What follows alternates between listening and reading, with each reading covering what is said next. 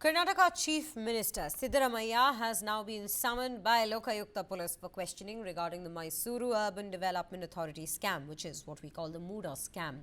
He will be questioned on the 6th of November. This development follows the questioning of Siddaramaiah's wife, Parvati, who is also implicated in this case. Senior official has confirmed in High Court we have requested him to appear on Wednesday morning. Let's take a look at what has been said. Reacting to Lokayukta police summons, Siddaramaiah, speaking to reporters in Haveri district, has said, "I will go." Earlier, on September 24th, the Karnataka High Court dismissed Siddaramaiah's petition challenging the governor's approval to investigate him under the Prevention of Corruption Act. Court stated that it found it difficult to believe the Chief Minister was not behind the curtain during the Muda land transactions in which his family allegedly benefited by approximately rupees 56 crores.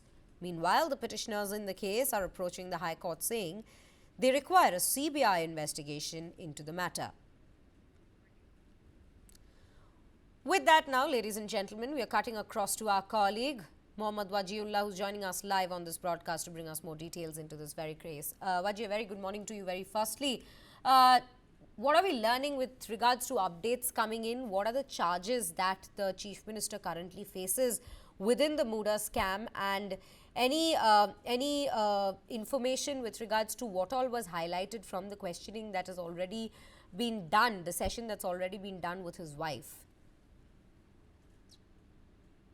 Well, good morning. Firstly, today what we're going to see is a very important hearing that will happen at the High Court, where this petition was filed by Snehamai Krishna, one of the petitioners in the entire Muda scandal, one of the person who had written a letter to the governor also. Now, what we see is he's put a petition in.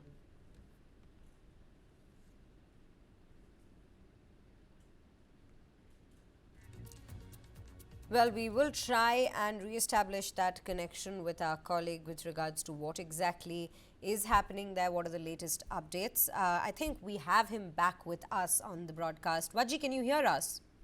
Yes, I can hear you. Yes, please continue.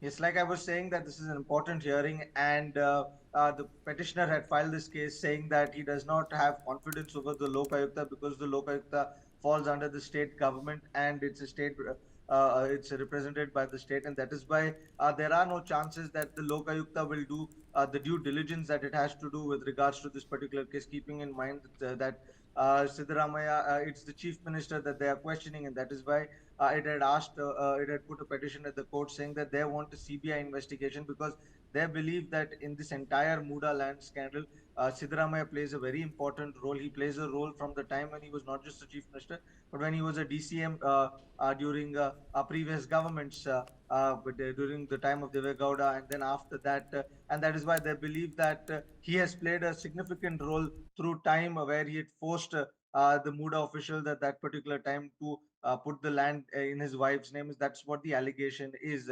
Now we've already seen accused number two, that is his wife, being questioned by the Lokayukta accused number three, which is Mallikarjun, the brother of Siddaramaiah's wife, and also Mr. Devraj, who was the first owner in this entire matter. And we've seen how there have been separate ED raids also going on. But now, in this particular court hearing, if the court gives a verdict on the favor of the petitioner, saying that yes, the CBI can also intervene and look into this matter because they also believe this is a thing. Then the Lokayukta investigation that is going on and the summons that the Lokayukta had given to the chief minister for tomorrow will get cancelled, and then the CBI will take over the case. So today's hearing is very important, not just for the petitioner, but for Siddaramaiah also, because Lokayukta still somewhere is a state body, and if that happens, then he will become a part of a larger investigation done by the CBI. And yesterday, while speaking to reporters in Haveri, he also gone on to say that he will attend the Lokayukta hearing, which is on the 6th, that is tomorrow. And he also goes on to say that how chief minister in different states have been targeted. That is how he's also been targeted by the central regime, and it is not something new. And he will fight this particular case. So we'll now have to see and wait and watch what the court says today. If the court says it in the favor of the chief minister, then there will only be a Lokayukta hearing. But if it goes against the chief minister, like it has gone in the previous cases where he had asked for a sanction or to stay against the governor's prosecution, all of these cases have went against him. And if this also goes against him, then this gets a little more deeper because there is ED already investigating this matter. Lokayukt is already investigating this matter. Now the CBI will also intervene in this particular case now. Right, Sure. Vaji, also do help us by throwing some more light on the second part of the question I'd already referred to you before, which is the statements that have already been given by Parvati and in fact her brother as well to the Lokayukta police. What were some of the highlights that have come out from those particular sessions of questioning that have already taken place? Well, both these particular entities were questioned with regards to how they were involved. Basically, Mallikarjun's questioning was on the basis of on what basis did he buy the land from uh, uh, Devraj, who is the accused number four, who is the original owner. It was if it was a denotified land, then how did and on what basis did he process this entire land deal? And then the questioning of Parvati, which happened in a very closed door manner, which none of us had a clue about.